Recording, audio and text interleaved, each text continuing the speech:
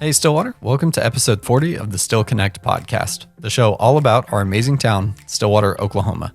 This is your spot to plug in, hear some great stories, and feel a little more connected to our amazing community and the people in it. I'm your host, Denver Evans. I grew up right here in Stillwater, where I run my business, Stillwater Digital Marketing. Still Connect is a local podcast where every week I share friendly chats with someone who's helping build community here in Stillwater. Now, this podcast is crowdfunded, so if you want to help share these local stories, consider becoming a subscriber on Patreon, where you can get a few perks like early access to episodes, sponsorship opportunities, and more. Speaking of subscribers, I would like to shout out our newest subscriber, Carrie. Thank you, Carrie, for joining. I would like to thank our current business subscribers, Renovate Stillwater, Film in Oklahoma, and our Stillwater patron, Darren Huddleston. I'm really excited about today's episode. I'm here with Dan and Morgan Purdy with Purdy-Q. How are you guys? Doing good. How are you? Good. So tell us the story of Purdy-Q. How did you get started? When did you get started? Well, March will be 13 years that we've been operating here in Stillwater. I was a school teacher before I started this business, and I had a career in the Air Force before that. So I worked as a teacher for 5 years. I loved teaching, but I didn't enjoy the politics of teaching, and had a pretty big injury, took me out of the classroom, and during that time decided to do this. I grew up on a farm and ranch, and we butchered our own animals, did a lot of things cooking wise. I learned how to smoke from my grandpa. Awesome. So after kind of getting frustrated with teaching, I decided to give this a go, and bought this old truck and spent about a year fabricating it and getting it ready. Wow. I cooked for my students when I was a teacher. I cooked for churches. And of course, when I was in the military, I did a lot of cooking for people in my squadrons. Oh, yeah. And they always enjoyed it. And I always got such good feedback. And I had people tell me, people would buy this. People would pay money for what you're cooking. And so I kind of talked my wife into it, and we started this business. And of course, when we started, it was just the food truck. We were sitting on the street corners and out on the strip at midnight. It was getting started was kind of scary. You know, I've been working for the government my whole life and going out on my own. But we had initial success. It doesn't hurt being a teacher. You know, you get a lot of families behind you. A lot of people know you. Mm-hmm. And we got started, and then slowly as the years have gone by, I've been asked to do catering for people, and I wasn't even prepared for that. Oh, yeah. And we started stepping into catered events, and that has grown really fast. Mm-hmm. Now 90% of our business is catering. Oh, wow. Yeah, and the food truck is just an auxiliary now. We try to get it out about once a month, once a week. Yeah. We try to get the food truck out to the public once a week, except in the wintertime. It's just too cold. Yeah. But the catering has really been the key to our business now. Of course, when we first started, we had the ice cream truck as well. Was it Purdy-Q Sweet Treats? Yeah.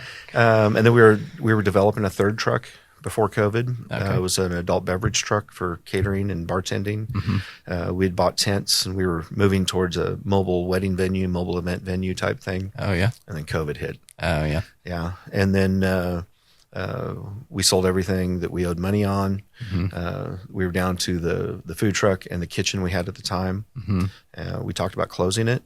COVID was tough. Morgan talked me out of it. She was going to OSU for a degree in hospitality, hotel and restaurant administration. Mm-hmm. And so she talked me into keeping the business alive during COVID. My wife said, if we're going to keep it open, we're going to build this facility out here at our house. So we have stalls for the truck and the catering rig, and we have the kitchen here. Very nice. And now Morgan's on as half owner. Awesome. That's exciting. Yeah. So I bet that's pretty convenient, having the whole setup right next to your house. It's very convenient, especially when it comes to smoking meats, because if I have a catered event for lunch, I got to be loading smokers at 7, 8 o'clock the night before. Mm-hmm. Used to be of course we're south of Stillwater a few miles. Yeah. I had to drive into town, I had to get everything. And if I forgot something, I had to drive back into town. Gosh. So that's been a real blessing having this facility out here. We have a huge kitchen and a place to smoke all the meats and prepare all the food. So, That's great. Yeah, it's very convenient. Where was your facility before? It was in a warehouse behind the old Walmart. Oh, yeah. Yeah. Okay. Yeah. So I bet, that was a little bit of a drive. And It was a bit of a drive, and we were constantly having things stolen, things broken into. Yeah. So it's just nice having it here at the house. Yeah. Yep. A lot more convenient. Yeah.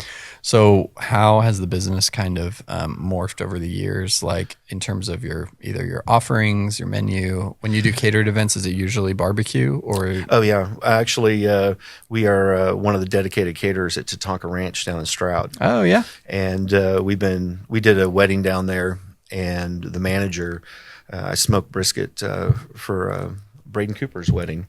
And the manager tasted my brisket and was like, this is the quality of food that we need here. Nice. And it was shortly after that he talked to us, and we've done, I don't know, 100 weddings down there. Probably more. Probably more. Yeah. They're just at Tatanka Ranch. Wow. It's the catering has really transformed us, but yeah, it's still barbecue. They had some problems with a couple of caterers, and I told Morgan, I said, let's put together some menus for some enchiladas and taco bar and maybe some Italian food. I thought, hey, we could just have more business down there. And Morgan was absolutely against it. She says, no, we are really good at what we do. People love our food. We have a really good reputation. If we add to that and expand, probably all of it won't be as good. So with her leadership and help and insistence, we've stuck with barbecue. A lot of our caterings, yesterday we catered for OSU Fire Protection and brisket and pork tenderloin, all smoked. Awesome. We have a really good menu, really good selection, what we serve. And, we stick with what we know, what I grew up doing. Yeah. The thing that really started the business is pulled pork. And pulled pork is always on our menu, but I've gotten really good. I was good at briskets before, but I've gotten really good at briskets. Awesome. and ribs and the tenderloins and tri-tip. Yeah. But, 13 years, right? 13 plus 13 years, of course. So. Yeah. And how many weddings do you think we've catered in 13 years? I don't even know. Probably it's over 600 weddings. Wow. In those years. We have a great reputation. Brides love us. Brides show up at a wedding that we're catering and they taste it. And we've gotten more weddings because, a young couple will be there and be like, this is outstanding. We want this. Yeah. That's dangerous to eat barbecue in a white dress though. Yeah. Yeah. You guys seen any disasters with that? No, not necessarily disasters with the food at weddings, but, doing that many weddings, it's interesting, the wedding industry and some of the traditions you see. And I used to shoot weddings, and it was just a lot. And every wedding was so different. Yeah, the flow was different. The people were different. Absolutely. And, weddings can bring out the best or the worst in people. Yeah, usually both. Yeah, we've seen both. Yeah. But it's real easy to schedule weddings now because we have a solid track record, and it's like, we'll take care of it. It'll be okay. You won't have to worry about the food. Yeah. I've always said when it came to weddings, there's 2 days in a woman's life you don't mess with: the day she gives birth and the day she gets married. Yeah. And so we don't. The last thing we would want is for somebody to say, "Oh, how'd your wedding go?" And they'd be like, "Oh, the caterer." Yeah. We want it to be. It was great, and the food was amazing. Yeah. My first wedding I shot, the videographer canceled like 2 days before. Oh, yeah. And so I was going to actually be there to shoot a promo for one of the other vendors. Right. And they were like, hey, if you're going to be there and you're already shooting video, can you just shoot the whole day? And I was like, sure. Right. And it ended up being at the Mayo Hotel in Tulsa. Oh, nice. It ended up being this like really nice wedding. But what the wedding industry is just like, people are in, people are out. Yeah. And so sometimes I got chewed out by another vendor at a wedding I did early on because I was still starting new equipment and everything, and she was experienced. And I said, she was, I think she was bartending and had the desserts, and I had all the barbecue. And so I said, we visited for a while, and she was nice. And I said, well, give me some feedback. Tell me how I'm doing. And she's like, your food's great. Your presentation's great. You got, you're on the right track. Mm-hmm. And then she said, how much are you charging? And I told her what I was charging, and she got so mad. She says, you can't do that in this industry. She says, you have to charge double in this industry. Oh, she was saying you weren't charging enough. Absolutely. Wow. Yeah. And I was doing the math in my head. I'm like, no, I'm at the right price and everything. And she was just insistent. She's like, this industry demands that you charge more. Isn't that weird? And it is. And I to this day, we still charge weddings the same price we charge, people who come in to have us cater a birthday party or a corporate event or whatever. Our price is our price. Yeah. And I'm just, I don't think that's right to put the screws to people just because it's that day. I mean, she's planning her wedding and she's experiencing it. You go to schedule a building, and if you say it's for a wedding, the price doubles. Yeah. And it's like, that ain't right. It's crazy. It is. I mean, same with photo and video and all of that kind of stuff. People charge way more. Now, I will say, as a photographer or videographer at a wedding, you have one shot. Absolutely. You have one shot to get the shot. Yeah. And kind of like when you said there, 2 days you don't mess with, it's like there are those like handful of moments during a wedding that if you miss it, you can't get it back. You can't get it back. You don't get the first kiss back. You don't get the first dance back. You don't get walking down the aisle back. So you have to be, in position, ready. All of your equipment has to be perfect. So, and I'm sure that you all feel the same way about that. Yeah. So it's all about timing. There's pressure on a wedding for sure. But, and so some of that makes sense to have a slightly higher price, but it's just, we treat a wedding. Yeah. I mean, we treat all of our catered events like it's a wedding, I guess. Yeah. That's great. We bring nice equipment. We bring good food. We're there. We're ready when they're supposed to eat. And that's awesome. Yeah. So what's been your favorite part of owning the business? Well, it's fun working for yourself. Yeah. I've worked for the man for most of my life, and this is fun. Of course, there's challenges that come with that because you're responsible for everything. Everything. When we got this truck, it really was ready for the junkyard. Oh, really? Yeah. We drove it home on a wing and a prayer, and spent a year. But you were what, 12? I think she was 12 when we first got the truck, and she's been with me from the beginning, sanding the truck. And so it's been nice. I get to work with my kids. I have 3 daughters, and they've all worked on the truck or ran the ice cream truck through the years. But Morgan's really stuck with me, and it's been nice. But before Morgan really was finishing her degree at OSU, I was doing everything. I was scheduling, I was doing payroll and taxes, and I was getting product, and I was cooking, and I was going to serving events, and it was a lot. And of course, then we were doing really full-time food truck. So I was working 7 days a week. And with Morgan coming on, she's taken over a lot of the administration, and she's really good at it. And I get to do the parts that I still enjoy, the cooking, the serving, maintaining the vehicles and everything. So I do my part, she does her part, and we have a really good balance. And we get to work together every day. And we fuss with each other. She fusses with me. Well, that's inevitable. Anytime you get 2 people, right? Anytime you have 2 especially when it's your youngest daughter. Well, I wouldn't know about that, but she gave me a T-shirt that says, "No, you can't tell me what to do. You're not my youngest daughter." So, but it's really funny. Yeah, when I was wearing all the hats here, it was really tough. Having her on board, and it's also a blessing because we've built this business, and now it supports both of us. And I think you think you're making a good living. I think you think. I mean, there's a lot of perks for her and for me, and it's been a huge blessing. And then building this building out here and having it here. We throw parties out here, and I mean, why not? We got that big kitchen to take advantage of. Yeah, for sure. Yeah, I've learned a lot about business. Not having a business degree, it's nice having her on board with a business degree. Yeah, to kind of balance me out because I have a lot of ideas, but sometimes implementing them is hard. I mean, we have 2 catering vehicles outside, and she worked really hard to get those covered and get them like traveling billboards.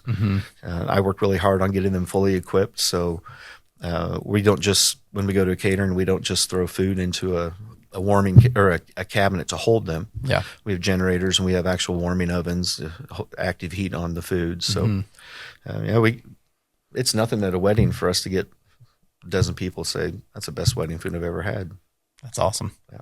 That's really great that you built that reputation and that experience for people. And I'm sure it'll just continue to grow. Yeah. Do you have any plans for the growth of the business that you're willing to share publicly? Well, we get a lot of pressure to open a brick and mortar. And, the livestock auction down in Perkins, they offered us the cafe there. Oh yeah. And, it was a great deal. But we talked about it and we think it would have hurt the other parts of our business. And, I think it would have stretched us. And, you know, we're constantly worried about the quality, that we're providing a good product, that, it's all being done right. Right. And we don't want to get stretched too thin. Brick and mortar would, it would require us to be there a lot more. Yeah. Hire a lot more staff. And we kind of prefer to keep it in our control. Yeah. The food truck doesn't go out in the extreme heat or the extreme cold. Our slowest months over those 13 years has always been January and February. So we just shut down. Right. We're going skiing in January, and we got a cruise planned for February. Awesome. So we always say, you know, right now we're busy. We're working almost every day. There's caterings and everything. But we just say we work hard so we can play hard. Yeah. That's really great. I mean, I feel like that's a wise decision to make sure that you're maintaining the quality of all of your other things before adding something else. So, and plus, if you're in a good flow and you like the work, then absolutely, you know. Well, and you know, we've got the food truck now. We have 2 catering vehicles. We have the full kitchen. I think right now we're just, you know, we're talking about buying a new ice cream machine because we make homemade ice cream as a dessert for all of our caterings. And the machine we have is pretty old, and I bought it used. Yeah. And that's like number 1 on our list is let's buy a new ice cream machine. You know, got a warranty and everything. Yeah. You know, we've bought, you know, new equipment. The truck has been completely redone in the last couple of years, all new equipment, redone inside. Very nice. So, you know, we just keep updating what we have. The business model we have works. Yeah. We're making money. We have a good reputation. Our customers like us. There are some that wish we were out more like we used to be. Well, yeah. But that's natural. When we take the food truck out, we load it full of food. So we spend a lot of money, put a crew on it. So we have to make a certain amount of money, and it's not always guaranteed. Yeah. But when we go to a wedding or a catered event, right, it's like we're told paid feed for 100 people, feed them at this time. So we know exactly what we need to prepare. We know exactly when to be there. Yeah. And it's a lot easier to account for than having a brick and mortar. It's a lot easier to manage. Yeah. Yeah. Yeah. Because I imagine there's a lot of waste, especially with barbecue, something that you have to cook over so much time. Yeah. It's like if this whole, you know, if these 5 pork shoulders that we made for the day don't all sell out and we sell half as much as we prepared, then, you know, you're not going to keep that other stuff for the next day, or you probably shouldn't. Oh, absolutely not. Yeah. Well, if we go to a catered event, whatever food we bring stays. Exactly. And, you know, they're usually thrilled with the leftovers. Yeah, I can imagine. I went down to Blanchard, was it Friday? Something like that. Friday or Saturday, I went down to Blanchard and did a wedding. She had a catering here in town. And she was so worried about the catering in Blanchard because they were providing the plates. And when they provide the plates, sometimes they provide 2 plates, you know, a salad plate and humans are creatures of habit. They're going to fill the plate whether they're going to eat it or not. Yeah. So she was really relieved when I got down there and I said, the place setting's all just 1 plate. Yeah. So you don't have to worry about too much going on. We learned that early on. We did a catered event for a fundraiser in Tulsa, and we bought big oval plates because we had ribs. Yeah. And they just filled the plates. Oh, and so the portion size was like too large. They threw a lot of food away because they got full. Yeah. And so that was a learning experience. Yeah. Yeah. I feel like that's kind of a weird thing that most people in the catering or in the non-catering world wouldn't think of is how's your plate shaped? How many kind of square inches do you have on your plate versus how much food are you going to put on your plate? Yes. And then calculating that against the number of expected people at the event and all those portions. We go by pounds. Yeah. 100 people, we know we need about 33 pounds of meat. Yeah. So we bring 40. Yeah. Yeah. But we don't want to run out. Right. You don't want to be on, you'd rather have too much and then have leftovers. And same with sides. We know this pan of, salad or this pan of mac and cheese or whatever will feed this many people. So we know what to bring. Yeah. But it also depends too. You go to a wedding and it's some kid off the football team and half the football team is there. It's like, true. Oh, okay. Well, we'll see. And then you show up at one, and it's just all the old family with them, and it's a bunch of little old ladies and stuff. Like they're not going to eat all this food. Yeah. So you tell me you have 100 people. What kind of people are these people? Right. Yeah. Usually, they'll tell us. Yeah.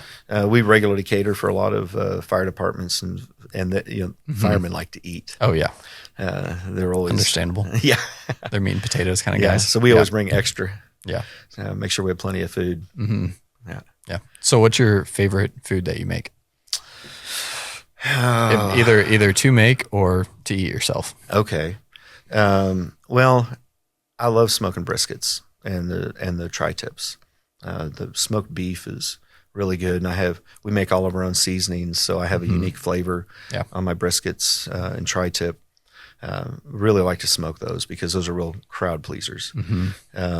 Eating, I'm a big seafood fan. I love crab legs and lobster.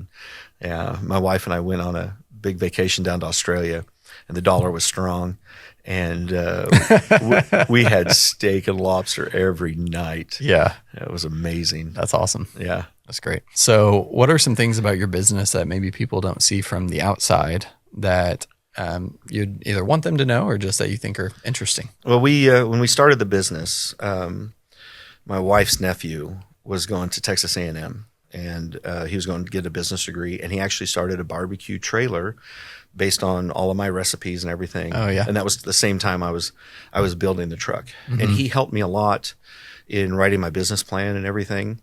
And he said, you should build your business as a benevolent business. And we talked about it, and I agreed. So we do a lot of we give food away. We being in the military and being a teacher, we're pretty generous with school groups. The high school band, we sponsor them, we feed them during their tailgates and stuff, and we charge them, but we charge them way less than what they would have to pay normally. We do, like every year, we do Holiday Heroes out at Life Church. Okay. And we provide that meal for free. We used to take the truck out on the street corners in low-income areas and just give food away. We used to drive through neighborhoods and do that. But we're generous as far as if somebody needs something, we'll do it. We most of the time we leave our food at a catered event, but we do some big caterings for like OSU, and sometimes their crowd doesn't show up, especially football games this year. The crowds are a little lower. Yeah. So if we have a lot left over, I just coordinate with whoever is paying the bill. We have like 2 pans of mac and cheese, 2 pans of beans, pan of hamburgers, or whatever left over. Right. If you're okay with it, we'll take it to Adult Teen Challenge and give it to them.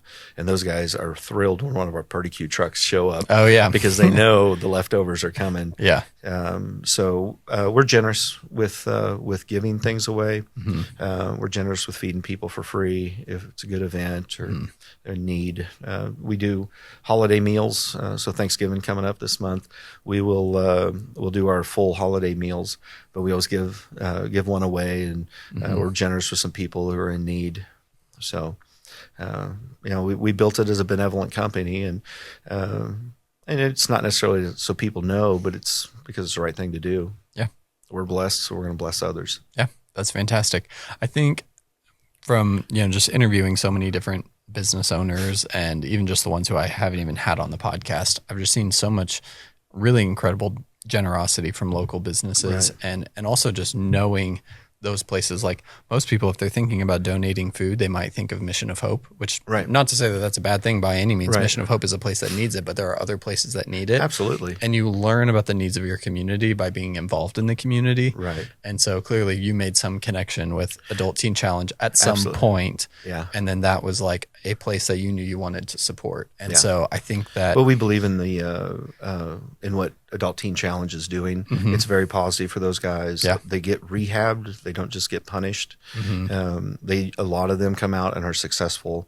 They don't re-enter the system. They stay out of the system. They Yeah. have support and everything. So, yeah, I'm proud of those guys when they graduate. We do Easy Drill up in Perry Okay. once a month, and they hire, I think, 10 of those guys a day. wow. Yeah, so we really got to know some of them, and then we have friends that attend a church that supports them well. Yeah. And so we're involved with that. But those That's guys, they like my food. Yeah. And I like giving Well, it. it seems to like everyone does. them. Yeah, yeah. Well, and like last year when the fires hit. We took the truck out and first responders and Right. police, and we just gave food away. And then we had other businesses come out and park with us just because they wanted to be a part. Yeah. They wanted to do something positive for our community.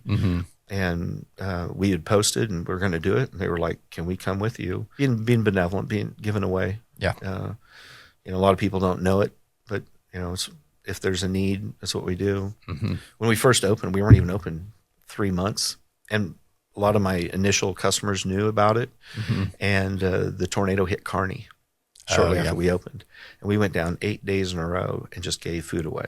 That's great. And of course, I was broke. I was a brand new business owner. But a lot of local businesses found out what I was doing. And they called me and they said, what do you need? And I just said, well, I just need money to buy product so I can keep going down and doing it. And they're like, done. Yep. And money just started pouring in. So I went to my banker, Daniel Thrasher, and I said, okay, I got this money and it's not mine. We got to watch it. Yeah. And so we opened an account, and when I would go and get product that week, and we went through a lot of product. We fed a lot of people. That's good. So That's really good. Well, thank you for doing that for the community. So how has Stillwater changed in the 12, 13 years since you opened? how has Stillwater changed? When I opened, I thought I was going to be serving all the college kids. That was my business model. I mean, we've got a university. There's 20,000 students. I thought food trucks were real trendy 13 years ago. Right. And we were parking on the strip and everything. And college students aren't the best thing to start a business on. Oh yeah. they're not reliable. Right. And a lot of them carry a bursar card and they have a meal plan. And almost immediately after we opened, we realized it wasn't the college students. It's the blue collar workers, the people working in the factories or working in the shop or whatever. Yeah. They were the ones who supported us. We've learned, I mean, in the 13 years that I've been operating, a ton of food trucks have opened and closed. A ton of restaurants have opened and closed. I don't know if that's a change with Stillwater, but it's unique with Stillwater. And I think it's because a lot of people see the college students as I'm not bashing college students. Yeah. But I mean, they're not. It seems like something that would be really steady, but ultimately kind of isn't. Yeah. It is for like coffee shops. I feel like, places for them to like sit down and study, those places are always, reasonably full. But I feel like for a restaurant, it's kind of either hit or miss, or you have to have a certain location or be a certain type of food or something like that. I don't think Stillwater's changed as much as we have. Yeah. Yeah. Because we've transitioned from parking on the street corner to, like I say, the catering. Yeah. So we've changed more than Stillwater. Yeah. That's true. Yeah. But it's what works. It's what really makes this business financially viable. Yeah. So that's great. So what do you like about the community of Stillwater? Well, I mean, being a teacher in Stillwater, it's whenever there's a tragedy in our area, in our town, our community's tight. Like when the homecoming accident happened, community was all out. The fires, the community, they really come together. in those moments when we need to come together. And I think it's a good community. I'm glad we chose Stillwater to live in. Oh yeah. Are you not from here originally?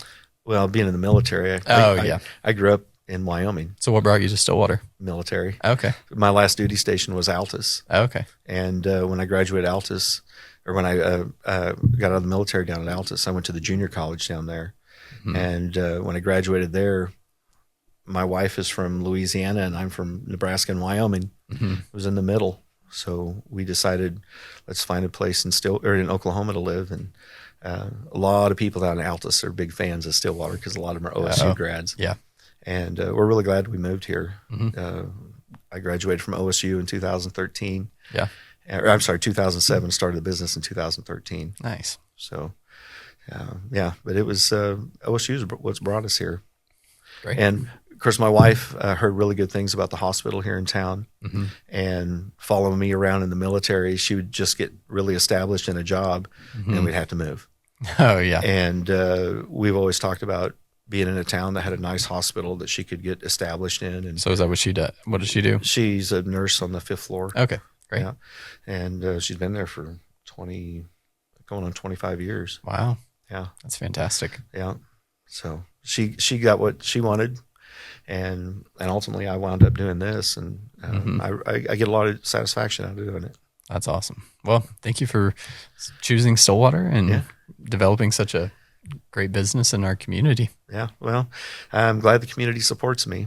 It didn't hurt being a teacher before opening a business. Yeah. Well, I mean, I think a lot of people underestimate, like people who are entrepreneurs looking to start a business really underestimate how beneficial their community is. Like their immediate network. Absolutely. So I have a friend who's working on opening a coffee shop right now, and he was looking at it and he was like, well, okay, so I go to this church and I know these many people and I've talked to some people and they're going to start having their small groups there. So I know that we're going to have, X number of people per week. Yep. And he's like, oh, well, just based on that covers this much of my expenses just by, knowing people who are going to bring 3 or 4 people there every week. Right. And so, a lot of times, that's where it starts. People who come into Stillwater and try to start a business, a lot of times it doesn't work out because they don't have the connections. Because even though Stillwater is, a city, of 50,000, like the community is tight knit. Yeah, absolutely. In that regard. Well, I mean, there's a lot of restaurants that don't last very long. Mm-hmm. Was it Grandy's? Yeah. Grandy's. Yeah. It's like 25 days. Yeah. It's like, oh my gosh, they're already closed. Mm-hmm. And that'd be a really good brick and mortar location. it would go with our theme. It really was got that silo out front. Yeah, it'd take a lot of pulled pork sandwiches to pay for that building. Oh, I'm sure it would. It would be awesome. But also there's 2 restaurants that have been in that location that haven't worked out. We keep getting pressured to do the brick and mortar, and we understand you want to be able to get a hay bale whenever you want to get a hay bale, but that's a lot of risk on our part, man. But those hay bales are so good.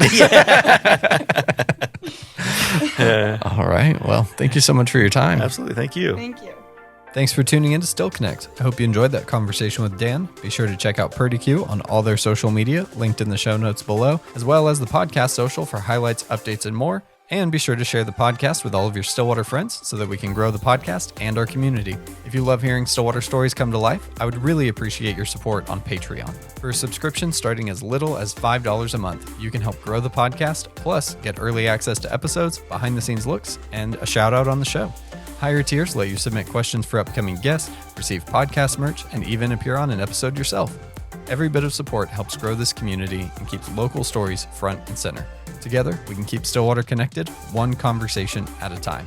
Speaking of which, I would like to thank our current business subscribers, Renovate Stillwater, Film in Oklahoma, and our Stillwater patron, Darren Huddleston. And remember, we all need community, so even when life gets busy, make sure you still connect.